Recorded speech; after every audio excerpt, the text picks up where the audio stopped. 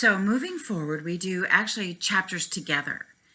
Up until now, you've been doing one chapter at a time, and actually we do them together. So we start with 7 and 8 together because they are on quantity. So we deal with as purchased quantity, edible portion quantity, and yield percent. So chapter 7 and 8, again, go together. And the worksheet is attached for you. And so you will see. So again, we're going to introduce you to these areas together, and it's literally, again, the same math we've talked about, but we start to talk about as purchased quantity, edible portion quantity, and yield percent. So remember, going all the way back to chapter 1, whatever you start with is 100%. So your as purchased quantity is always 100%. In chapter 7, you're going to really introduce yourself to yield percent. And up until today, other than the yellow triangular sign that meant yield, yield percent probably meant to you the number of servings in a recipe. Now, yield percent has a whole new meaning for you. What yield percent means now is the percentage that the food will yield or produce after it's prepared for a recipe. So it's really important to understand how to calculate the yield percent, to understand what a typical yield percent test is, then the term APQ, which is as purchased quantity, the term EPQ, which is edible portion quantity, the term for trim, and things that will affect your yield percent. So I'm going to start with the example of a cantaloupe, and I'm going to use a 10-pound cantaloupe, and it may not be actually a 10-pound cantaloupe, but this makes the math easy to understand. So we've got a 10-pound cantaloupe, and I'm going to hopefully guess that you've all either had a cantaloupe or at least prepared a cantaloupe, so you can understand the physics of the fruit, so to speak. So you've got a 10-pound cantaloupe. By the time we trim the peel and the green rind off of the cantaloupe and remove the seeds and the pith from inside of the cantaloupe, we now have 5 pounds of edible cantaloupe and 5 pounds of garbage. So we started with 10 pounds. That's our as purchased quantity. Then by the time we trimmed it, we ended up with 5 pounds of edible cantaloupe and 5 pounds of trim, garbage. We've thrown it away. So what that really means is every time you eat out, you're paying for garbage. Hopefully not literally in flavor and taste and presentation. So in other words, you've paid 10 pounds, or you've paid $10 for a 10-pound cantaloupe. By the time you clean this cantaloupe, you've now got 5 pounds of edible cantaloupe and 5 pounds of garbage. Because really, for the most part, we can't do much with that. Yes, you can compost, but for the most part, we can't do anything with the seeds and pith and the green rind and the skin. So we've got 5 pounds that you paid for that you're going to put in the garbage. That's the trim. You've got 5 pounds of edible portion quantity. So again, you paid $10 for all of this, but now 5 pounds are going in the garbage. So you've still got 5 pounds of cantaloupe here that now has a value of $10 for you. Again, you can always stop and rewind. The videotapes was great. So we've started out with a 10-pound cantaloupe that cost $10. By the time we clean it, the edible portion quantity is now 5 pounds. The trim is 5 pounds. That's garbage. So we still only have 5 pounds yield, 5 pounds trim, and we've still spent $10 on this. So the as purchased cost, I'm just planting a seed moving forward into chapters 9 and 10. The as purchased cost was $1 a pound. It's $10, 10 pounds. Now I have 5 pounds edible. It still is $10. So it's really important to understand where that cost is so we don't lose it. That also goes back to part of that $22,000 that we talked about in one of the first videos with you. So moving forward from here, you want to be able to understand how to calculate that yield percent and understanding that as purchased quantity is what you started with. Now again, moving forward into the homework here, you're going to have a chart on page 87 in chapter 7 of yield percents, typical yield percents for food. Because in the word problems from chapter 7 moving forward, they're going to refer to that yield percent chart that you'll have to look something up on. And we'll do that with some review exercises for you as well that we're going to do in the next set, as well as the homework things that I have listed for you here on Blackboard. But you really are going to need to get comfortable with the math for that. And I promise you, it is the same math that you've been doing. A equals B times C, basically, except now we're doing APQ, EPQ, and Y percent. So we're going to work on that today, calculating yield percent for you, which is what Chapter 7 really focuses on. And then Chapter 8 and 9, we're going to go into the as purchased quantity and the edible portion quantity. So again, those three factors have to work together, including the trim being the fourth. So the as purchased quantity is what you start with. The edible portion quantity is the manufactured food once you've prepared it from however you purchased it. And then the yield percent is how much the edible portion is prepared once it's trimmed. And then in that worksheet that I gave you, we want to apply the word trim. Trim is, again, basically your waste or your garbage. So again, your trim is typically thought of as your garbage. Now, for the most part, when we talk about fruits and vegetables trim, it's, again, waste. Yes, if you're fabulously got a composting program going on, or using the trims from onions and celery and carrots for mirepoix and building stocks, that is terrific. But for the most part, your trim is garbage, but you're going to include that cost of the trim. And again, we're going to really go into that in chapters 9 and 10. However, you also want to be able to decide, based on how much you start with, your as purchased quantity, and what you need for the recipe, the edible portion quantity, you want to be able to control that trim. So with that in mind, there's three things that will always affect your trim.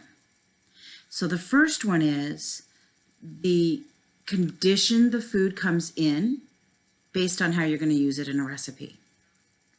So let's say you're getting a whole head of garlic and you're going to use minced garlic. So there's going to be quite a bit of trim to get down to the minced garlic. Or you purchased a jug of minced garlic and you're going to use minced garlic.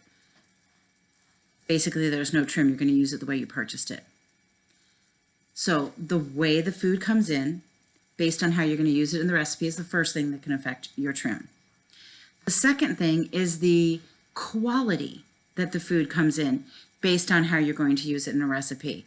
So you really want to have really good purchasing and receiving agents to check the product of your food. Because what happens if you open that case of lettuce and most of it's rotten? You're going to have to get rid of it. You're not going to get the yield you need. Or say you ordered schoolboy apples, which are the smaller apples. So you can put one schoolboy apple in each box lunch, and you end up getting the large gala size apples or jumbo apples. And I actually had that happen. I used to work in Indianapolis, and during the month of May, which is 744 hours long. It's true, the math is right. I worked there, and with the Indianapolis 500, which is Memorial Day weekend, all the weeks and all the days leading up beforehand in May, there's something going on at the track. Fabulous lunch boxes we would prepare out of the resort hotel that I worked at and would go to the track for different venues. And when you're doing 500 lunch boxes a day, you're getting the smaller apples to put in there. And if all of a sudden you've got a case with the larger apples, you're going to run out of apples. And then you have to go purchase more. Or some are bruised if you got the bigger cases. So again, the condition the food comes in based on how you have to use it in a recipe. Say you wanted to make shredded carrots or carrot sticks.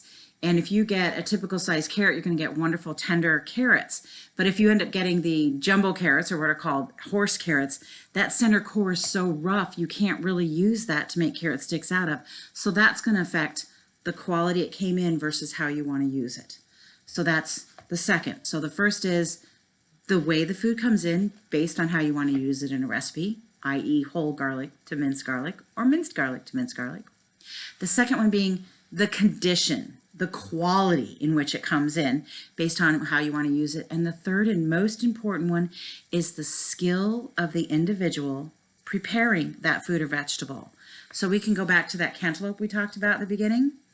And again, gathering that you've all had cantaloupe or clean cantaloupe. If you peel it carefully, you get just the green and the skin off. You have this lovely smooth round shaped cantaloupe, and you're going to have about a 50% yield like we talked about in the beginning. But if someone just whacks the top and bottom off and rough chops the peel around, and you're getting this pentagon or hexagon shaped cantaloupe, you've probably got about 40% yield if you're lucky and 60% trim. So the skill of the individual preparing the foods will always significantly affect your trim. So this goes back to one thing I really like to stress from the beginning of my course. You want to treat your employees right and train them right. And you want to take your best employee and have them train your next employee. So it just keeps the circle going of best use of time, best use of product, best control of your profit and loss, so to speak. Segueing back into math. So again, as we move into chapter 7 and chapter 8, we are again talking about yield percent. And chapter 7 is really going to focus on teaching you how to calculate that. And then chapter 8 is really going to focus on as purchased quality as purchased quantity and edible portion quantity. So we're going to work on those three things. You do want to understand that yield percent is talking about the edible portion quantity, and trim is talking about the waste. And again, as you've heard me say in a couple of videos now, first and foremost, whatever you start with is 100%. So there is going to be this common sense yields chart that starts on page 87 in your chapter 7. And at the same point too, during those word problems, you're still going to have to remember those other charts in chapter 6 that we've already introduced you to, and moving forward from there.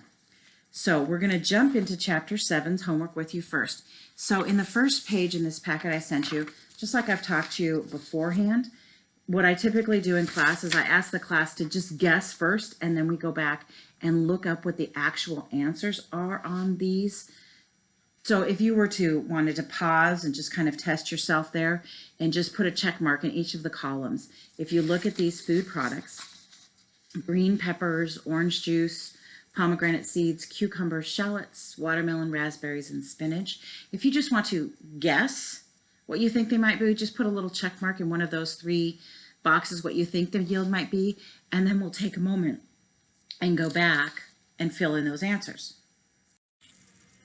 Okay, so hopefully you've had a chance to look at that and gotten used to that approximate yields chart in your textbook in chapter 7 on page 87. And again, you're going to continue there.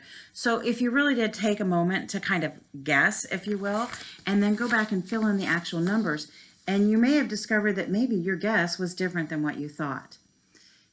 And also, when we talk about different food products in the chapter and course, if you're not familiar with what that food is, by all means, please take a moment and Google it and see what it is so you can get familiar with what that food actually is.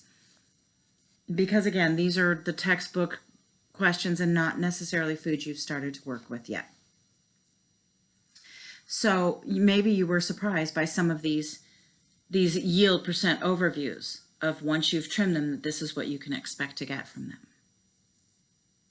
And then moving forward on that same question sheet, I did in this video discuss what those three things are, but by all means I want you to go ahead and make sure you read over the introductions to every chapter, but the answers for this are going to be even further explained on page 88 and 89. And then moving on to the next question, what is the difference between a butcher's yield and a vegetable yield?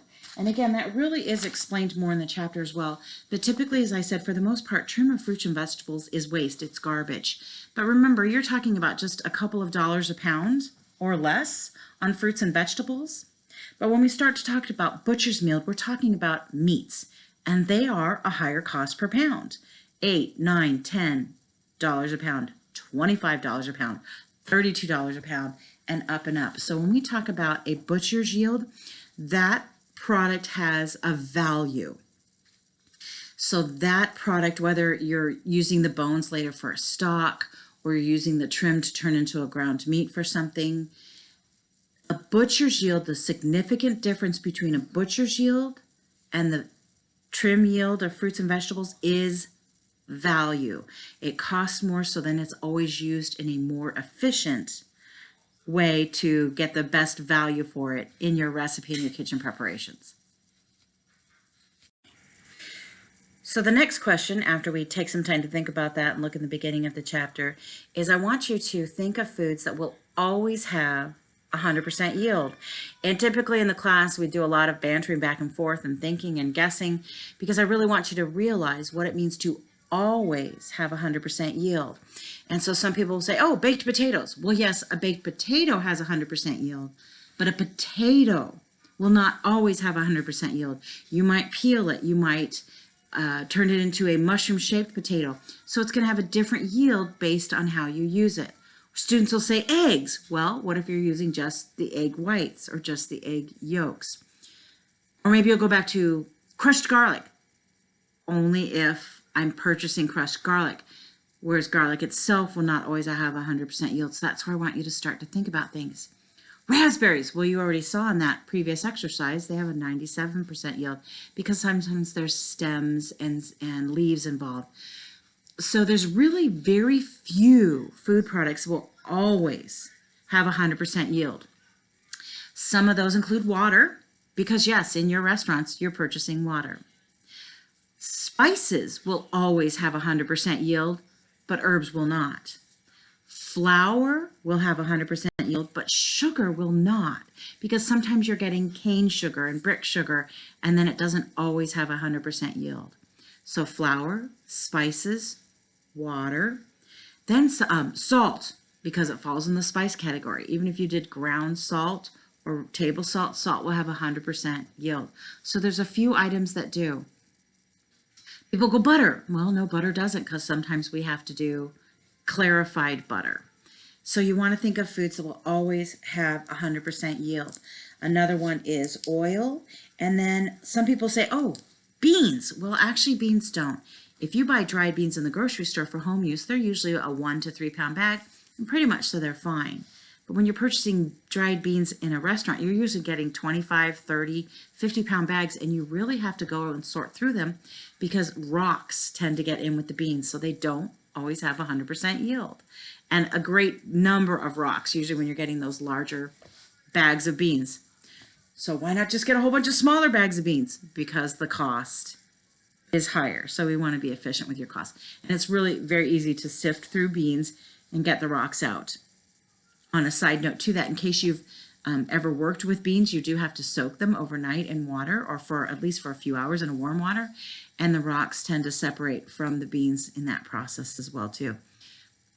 Sideways, segues from that. And then another item that tends to always have 100% yield for you is rice. So there's very few items that will always have 100% yield. Very few. Most everything else is going to have a little bit of trim based from how you purchased it originally. So moving into chapter 7, your problems, your word problems in chapter 7 are really going to be understanding the formula for yield percent. And that formula for yield percent is yield percent equals edible portion quantity divided by as purchased quantity. And quite honestly, that was going to be your formula for most of the questions in chapter 7. So again, the formula for yield percent is edible portion quantity divided by as purchased quantity times 100 to turn it back into a percent. So if you have your textbooks in front of you, I want you to go ahead and open it to your review problems on page 92, and we will go ahead and do number 7 together. So we'll do one of your homework ones together. So it says, you purchase a case of beets that weigh 40 pounds. After cleaning the beets, you have 13 pounds, 9.6 ounces of trim. What is the yield percent? So there's a couple things we're going to solve here for. So we purchase a case of beets that weigh 40 pounds. After cleaning the beets, we have 13 pounds, 9.6 ounces of trim. And it wants to know what my yield percent is.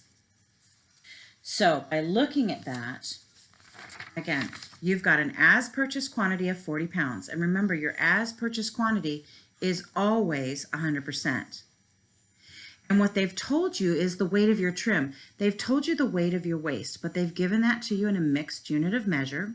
So you do have to take the 13 pounds and 9.6 ounces and change that into a whole number. So you've got 13 pounds and 9.6 ounces. So if you change that into a whole number, you now have 13.6 pounds. So your as purchased quantity is 100%. Your trim is 13.96 pounds. So if we started with 40 pounds of beets and the trim was 13.6 pounds, that's going to give us what our edible portion quantity is.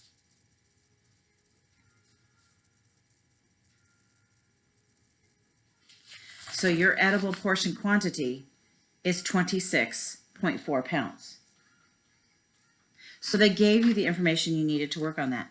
So now if you take your formula, which is yield percent equals the edible portion quantity divided by the as purchased quantity times 100 is going to give you your answer. So I'm writing it out for you because now you found that you had all the information you needed to solve for this. And you just plug it into the information you go. So literally, if you want to take this formula and write it above all of your review problems on the pages in chapter 7, that'll help you. And then you find the information you need and plug it in. So now you know that if your edible portion quantity of 26.4 pounds divided by your as purchased quantity of 40 pounds gives you what your yield percent is.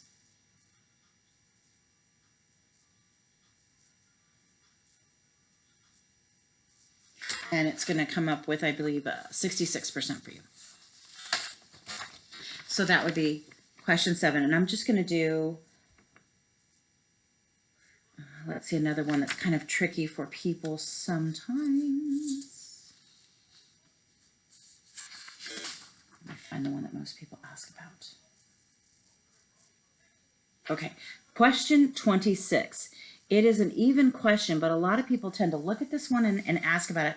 So I want to go over this one with you as well. And I know it's an even number question, but we're going to look at number 26 as well. So question 26. A winery of 15 people are hired to pick grapes. They pick 15 tons of grapes, which yield 1,200 to 1,300 gallons of wine, keeping in mind that a ton weighs 2,000 pounds. What is the yield percent for the grapes to produce the wine? So, the winery has 15 people hired to pick grapes, and they pick 15 tons of grapes. So your 15 tons of grapes is your as purchased quantity. And you know that it's anywhere from 12 to 1,300 gallons of wine. They ask you to use 1,250 gallons of wine in your calculations. So your 1,250 gallons is your edible portion quantity. So this is the information they've given you. 15 tons is your as purchased quantity, and 1,250 gallons is your edible portion quantity. Now you've already learned how to get units of measure in the same unit of measure to compare them. So we have to do that. So if we have 15 tons, and we know a ton weighs 2,000 pounds, so then our 15 tons at 2,000 pounds each gives us an as purchased quantity of 30,000 pounds. And if our edible portion quantity is 1,250 gallons at 128 ounces per gallon, then your edible portion quantity is 160,000 ounces. So now you have a choice of changing this into ounces or this into pounds. It's whatever you want to do. I'm going to go ahead and just take the larger number and change it into pounds. And when we do that and divide by 16 ounces per pound, we know that we have 10,000 pounds. So now you have your as purchased quantity and your edible portion quantity in the same unit of measure. So we plug that into the formula. Yield percent equals edible portion quantity divided by as purchased quantity times 100, again in the same units of measure. So you've got your 30,000, nope, put that on the wrong side, my apologies. You've got your 10,000 pounds divided by your 30,000 pounds times 100, you're going to get a yield percent of 33%. Actually, it's going to be 33.33 continuing.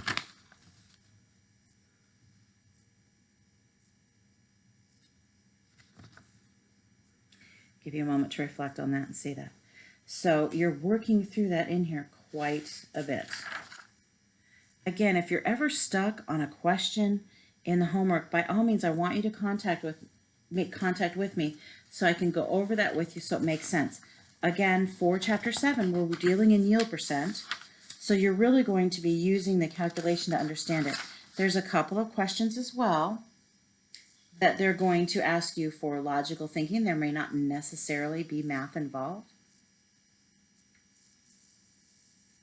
And again, if you choose to do the even number questions because you want to challenge yourself on that a little bit more, I encourage you to do so, and then definitely just touch base with me and we'll make sure we go over this together.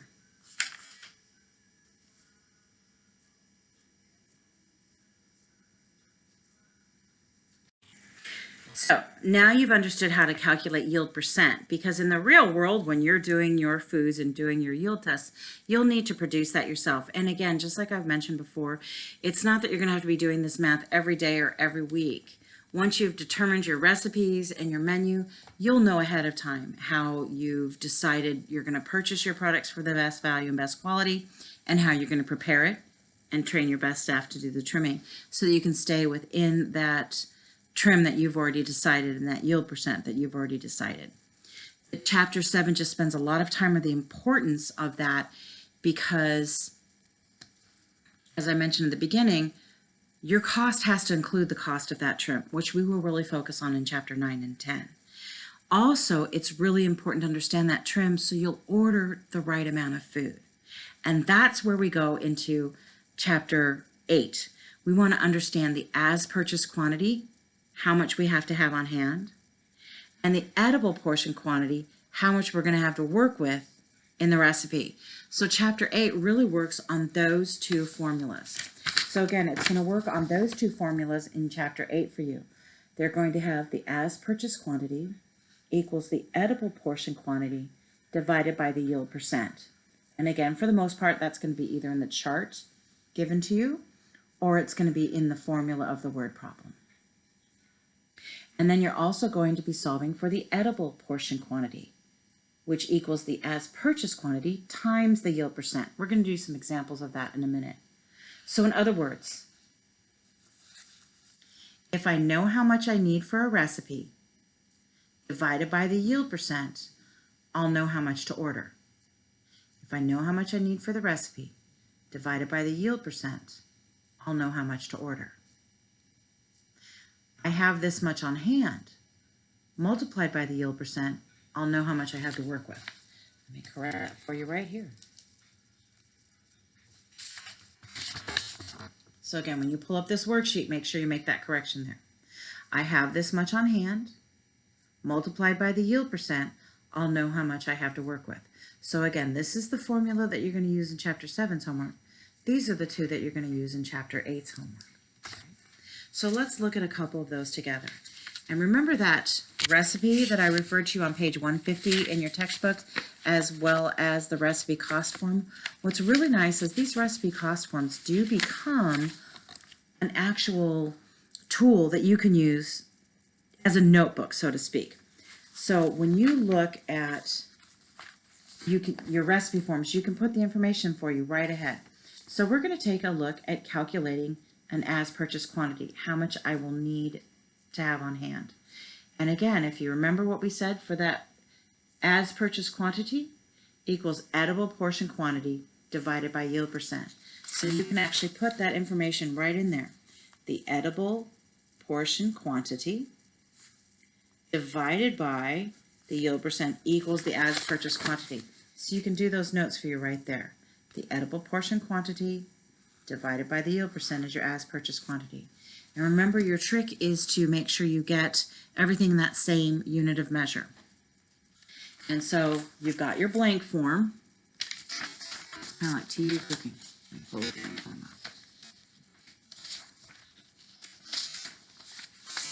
So you've got your blank form of what we're working here. And again, you can put your notes there.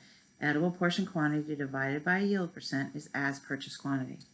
So we've got these 4 ingredients, and we're going to go look at that typical yield chart in chapter 7, and we're going to find out some things. We're going to look up those 4 ingredients. They'll give us our yield percent, but they're also going to give us some information on each of those ingredients. Because if you look at the as purchased quantity, they've asked us how many bananas or how many bunches or how many pineapples. But they started over here in pounds, so we want to be able to get them in the same unit of measure. So if you take a moment, you can pause the video and you can come back and look at the worksheet, see what you found out there. So when you look at that worksheet, the typical yield percent chart, you're going to find this information. You're going to be given each of the yield percents for the 4 ingredients, and I've already turned them into decimal form for you. And then you'll see that they've also given you some information, the average weight of 1 banana, the average weight of 1 bunch of broccoli, the average weight of 1 bunch of celery, and the average weight of 1 pineapple. So these are just notes, information for us that we will use to solve the final how much should we purchase. So, and we've also got some mixed units of measure here, so we're going to turn those into decimal forms for you as well and work that way across. So now that you've taken a moment to change those all to decimal forms, you'll see that the 4 pounds 7 ounces of bananas divided by the 68% yield tells me I'm going to need to order over 6.5 pounds of bananas. So in other words, I need the 4 pounds 7 ounces of bananas for my recipe. How much will I have to order to make sure I have enough? I need the 6 3/4 pounds of broccoli for my recipe based on the yield percent. How much will I have to order to have enough? I need the 2 1/3 pounds of celery for my recipe based on the yield percent. How much will I have to order to have enough? And I need the 8 pounds of pineapple for my recipe based on the yield percent. How much will I have to order to have enough? And I want to focus on that for just a minute. So you're like, okay, great. Well, why don't I just order 7 pounds of bananas, 12 pounds of broccoli, 4 pounds of celery,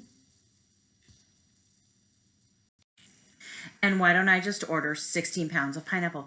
You can do that, but again, you've got to be responsible because you're ordering more than you need. You're paying for more than you need. And remember how when I talked about the cheese for you back there, you're going to change the nutritional count, you're going to change the consistency. And then if you're just adding some extra food into each recipe, you're also just adding in some extra money to each recipe that you aren't charging for.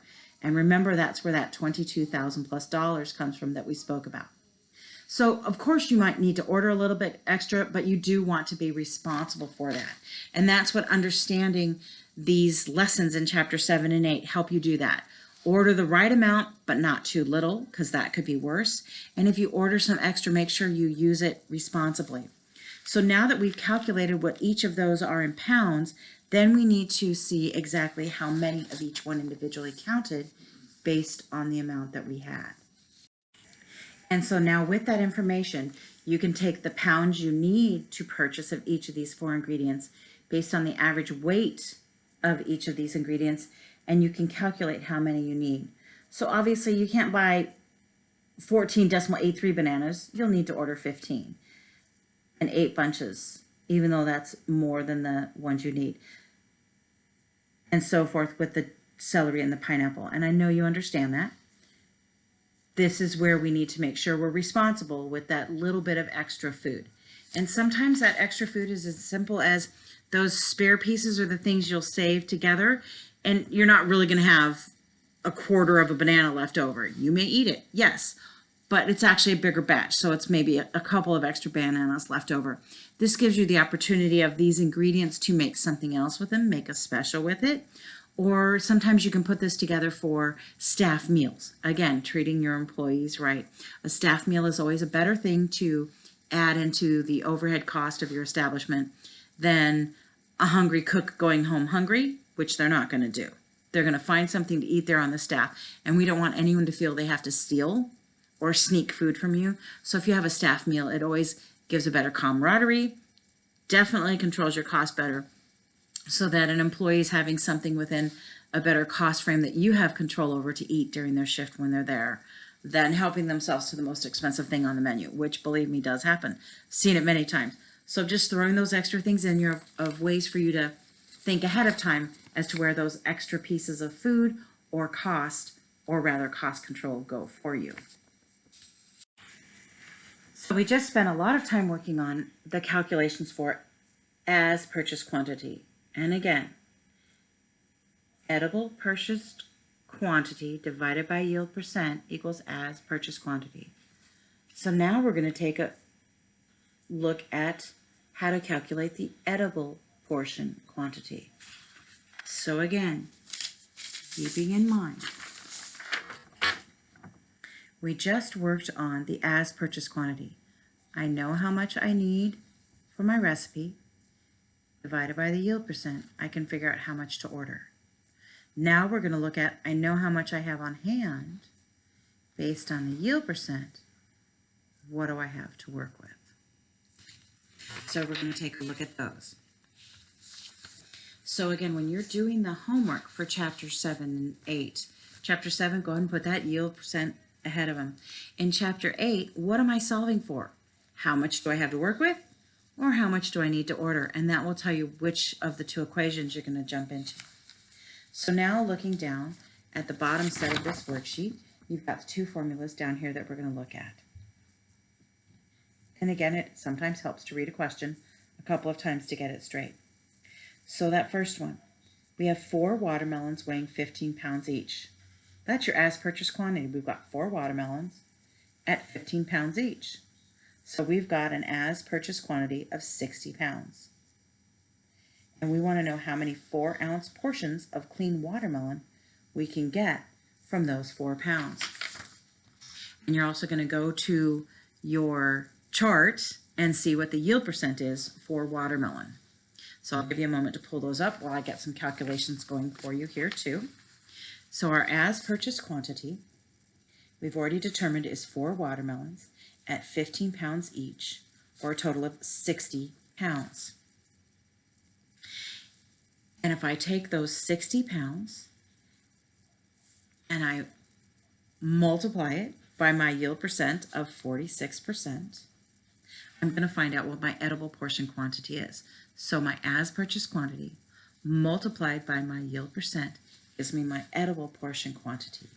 And when we do that, we're going to discover that the edible portion quantity is 27.6 pounds. But what they've asked us for is how many 4-ounce servings. So our best bet is to take those 27.6 pounds and turn them into ounces. And you'll discover now that you've got 441.6 ounces of edible portion quantity watermelon.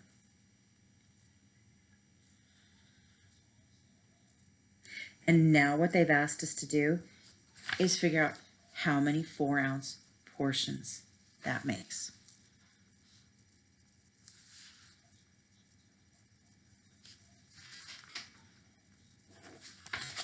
And once you do that, you're going to discover that it makes 101 or 110.4 portions, which means it only makes 110 portions. So with culinary math, when it comes to the number of servings, we always round down. Even if that came to 110.9 servings, it's still not a full serving. And so you really don't want to cheat somebody and sell them just a partial serving. So when it comes to the number of servings, we always round down.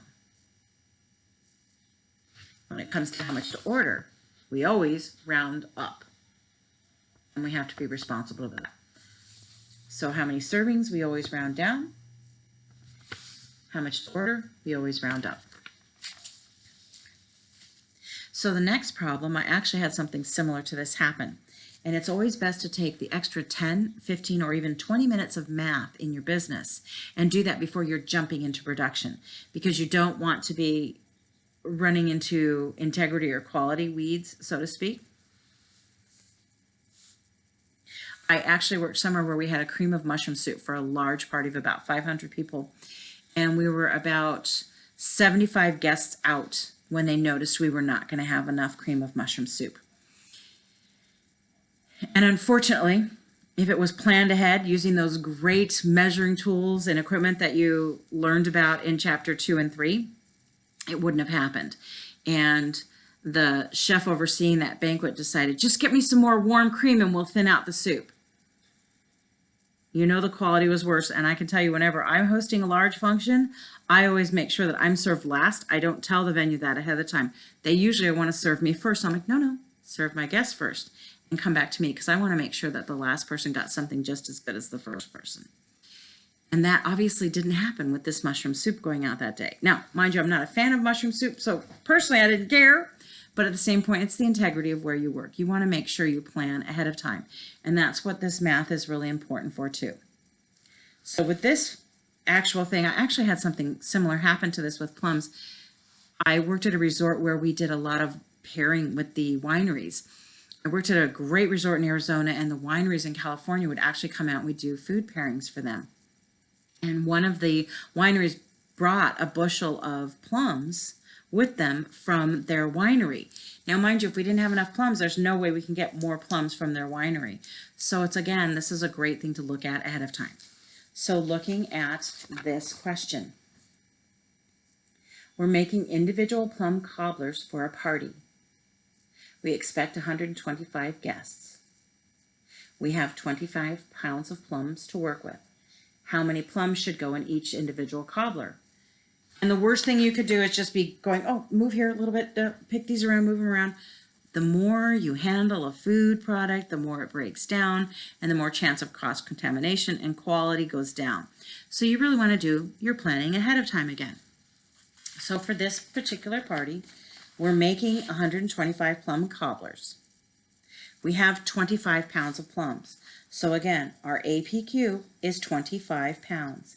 And if you go to that yield percent chart in chapter 7, you'll find that your yield percent for the plums is 85%. So if my as purchased quantity is 25 pounds times my yield percent, I know once I finish cleaning those plums, I'm going to have 21¼ pounds of plums to work with. So again, as purchased quantity multiplied by yield percent gives me my edible portion quantity. So I've got 21¼ pounds of edible plums to use for this party. And my challenge is I'm going to make 125 cobblers. So I want to figure out how many cobblers are going to go in each one. So again, my best bet is to take that 21¼ pounds and change it into ounces. And now I've got 340 ounces of edible portion quantity plums to work with. And based on that thought process, and I know I'm going to make 125 cobblers. So if that's the case, if I take my 340 ounces and divide it by the 125 containers, I'm going to need about 2¾ ounces. But I don't really have 2¾ ounces. I have less than that. So again, when it comes to portions, you round down. So I'll probably use 2½ ounces of plums in each cobbler, make a couple extra cobblers in case something happens or if the count goes up. So hopefully you can see how that works for you. And I know this was a lengthy video and you probably stopped and came back to it a couple of times, but it really introduces you to chapter 7 and 8. It's a lot of homework. It's a really foundational part because, again, this works on how much to order and how much you have to work with. So you can be responsible and not order too much and not order too little, and make sure you're responsible with the extra parts left over there.